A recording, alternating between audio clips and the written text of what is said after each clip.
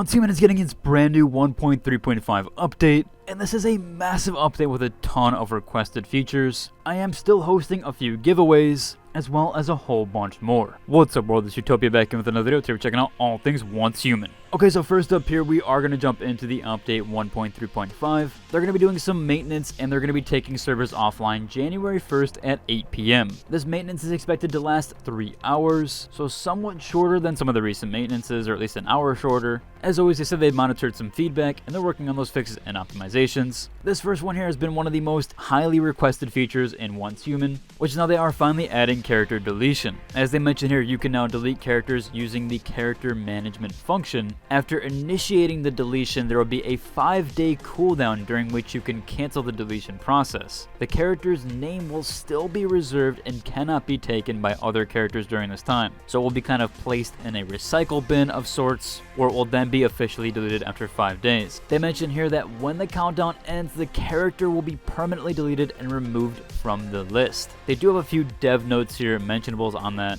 where they do mention that during the deletion countdown, you cannot use or make any changes to the character. So you should manage your items beforehand. After the character is deleted, all those items will be permanently lost. And of course, after officially deleting a character, that character slot will be freed up on your account, and the character limit per account is still at 10. If your character is mistakenly deleted, you will have to contact support, and they'll do everything necessary to recover the lost data in that. However, as they do mention that a lot of things will be permanently lost, or at least they might be permanently lost, so do be wary when you are deleting characters. But at least we did get that feature, and I feel like they went about this pretty well. A lot of games don't even offer a recovery system or a cancellation in that process, so pretty cool that they have that overall. There's also going to be a new wish machine and prize pools there. After this new update, there's going to be 3 new wish machine prize pools available for 3 weeks. We have the Money Rain, which includes a legendary weapon blueprint called Raining Cash. There is a Depth Charge, which also includes a legendary blueprint, Jaws. Of course, a lot of people do have Jaws already. And then the Armored Cowboy, which includes the legendary gear blueprint, Cowboy Boots. That'll also extend to the Savior Jacket, Savior Gloves, and Savior Shoes, which is pretty much a must for PvP. Now, they did go over some additional optimizations here,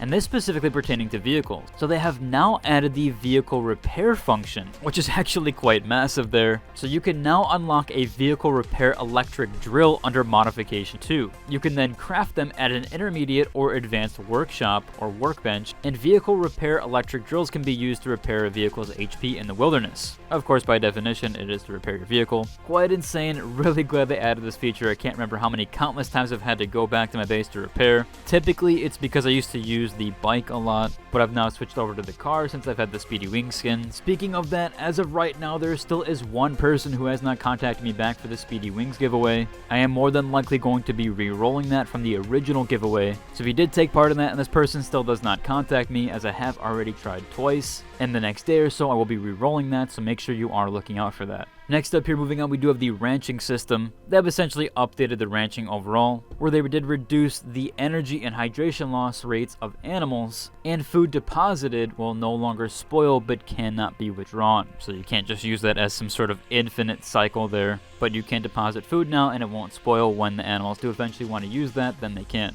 In the wilderness, they added an option to control weather reminders and settings, and the default setting will vary between scenarios. Of course, you don't really need weather settings in a lot of the scenarios besides really Way of Winter, although with the new Lunar Oracle event, we'll see how that does pertain. Next up, we have construction here, where they have mentioned that attack ranges of trap and weapon combat facilities are now displayed when building them. So you actually be able to see their radius. And they've added a separate recent tab to structures, facilities, furniture, cosmetics, and Permaland in construction mode. In these tabs, components are sorted by frequency of use. That way you can find them much more quickly. That should help out a ton with building, especially when following a building guide. Should make that very easy. Controls also had a few things here, like a new glide key that can now be independent from the glide control. They've also simplified certain controls with enemy drops, attainers. You can now press a key to quickly pick up items instead of having to view them, but there is also a subsection there to press and hold. Really big quality of life change there. You no longer need to click on items individually to clear their red dots. Switching tabs will automatically clear all red dots in the previous tab. Very nice there, so you won't have to constantly be going through items or hovering over them. They've also increased the durability of ice cubes in the wilderness. They improved the fridge's functionality. Food items now placed in the fridge last 20 times longer, so fridge is going to be definitely utilized here. And as I mentioned previously, they have expanded the types of furniture formulas that can be disassembled at the the Designer's Workshop. All furniture formulas obtainable from the Designer's Workshop can now be dismantled into blueprint fragments. So some nice quality of life changes there for the Designer's Workshop. We also, of course, are getting new shop items. They did finally reveal that new battle pass that we're getting. Again, I am holding a giveaway for this battle pass that I will go over in a second. There is that new battle pass, Frosty Glory. That's going to be available from January 1st post-update, which is around 8 p.m. Now, as I mentioned here, there is a new battle pass theme, which includes the Frosty Glory set, Love at First Sight weapon skin. There's a Cutie Cub cradle skin and Elegance of Time furniture set. Pretty cool, they're adding a furniture set with this one. They also mentioned that battle pass is now shared across all characters on the same account, and every character can collect battle pass experience and contribute to the battle pass level, giving you freedom with the way you want to play or which character you'd like to play with. And they also mentioned that all rewards from the battle pass cycle will be shared across all characters on the account, eliminating the need to grind with multiple characters. So some super cool stuff there. I guess I might as well mention both the battle pass giveaway,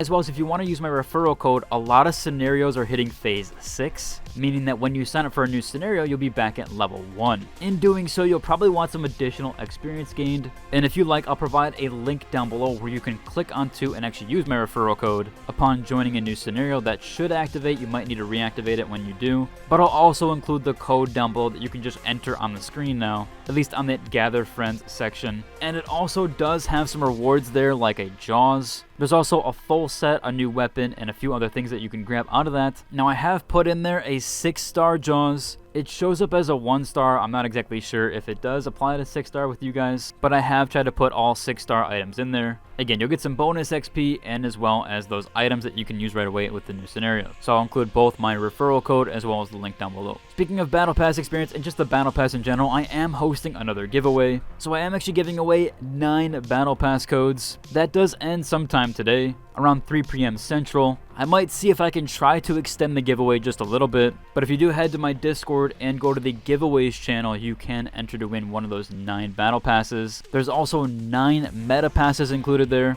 And just to preface, this is the luxurious version of the battle pass, meaning you should get 25 tiers of the battle pass instantly, and it is 9 of those. So all you got to do is head to my Discord to the giveaways channel and click a single button. And again, nothing too crazy there, just clicking a single button. You don't have to like or subscribe, so a very easy giveaway to join overall, and Discord just helps me with the distribution method. Additional with cosmetics there, we are getting a brand new Lightforged loot crate. This one, however, is not going to go live until January 3rd, and there will be some things there like the Stardust Edge and Stardust Mayfly fashion set. This one has another cape-esque and futuristic outfit. Still really cool there, wondering when they are going to add some more military themed stuff, but still a decent set overall. Now there is still even more cosmetics to go around. This one is again post-update, but is quite far. January 9th, they're going to be bringing this new shop arrival here, which is the Aerial Navigator Annie Liberty Plum, which will be a theme pack. So a pretty cool, nice set there. This one is a little bit more tame, at least in terms of the futuristic aesthetic. This might be your go-to there. It does look like it might feature a cape as well, but some pretty cool designs there overall. They also do showcase off here the Afternoon Garden Territory Furniture Pack. That's going to be of the epic rarity. That should also be in the in-game shop around the same time, I believe, so you can spice up your garden or an area that you'd like to look more like a garden-esque theme. Now with that, there was also a ton of bug fixes, but nothing too crazy or too noble of a mention. You can look through here. I'll provide the patch notes if you do want to check those out, but there is a little bit of a decent chunk here at the very end. Also, speaking of which, it does look like the Chinese client actually did ban 6,800 players, 6,400 of which were banned for joint punishment and studio accounts. So again, it looks like they are still banning and actively monitoring that. We'll have to see when the normal client or the non-Chinese client does actually get those bans in place, but it does showcase that they are actively monitoring that. Typically, the other main client does get an update with this after a few days, or at least a few days after this post. Overall, it should about cover for today's video. If you like and subscribe, and until the next one, deuce!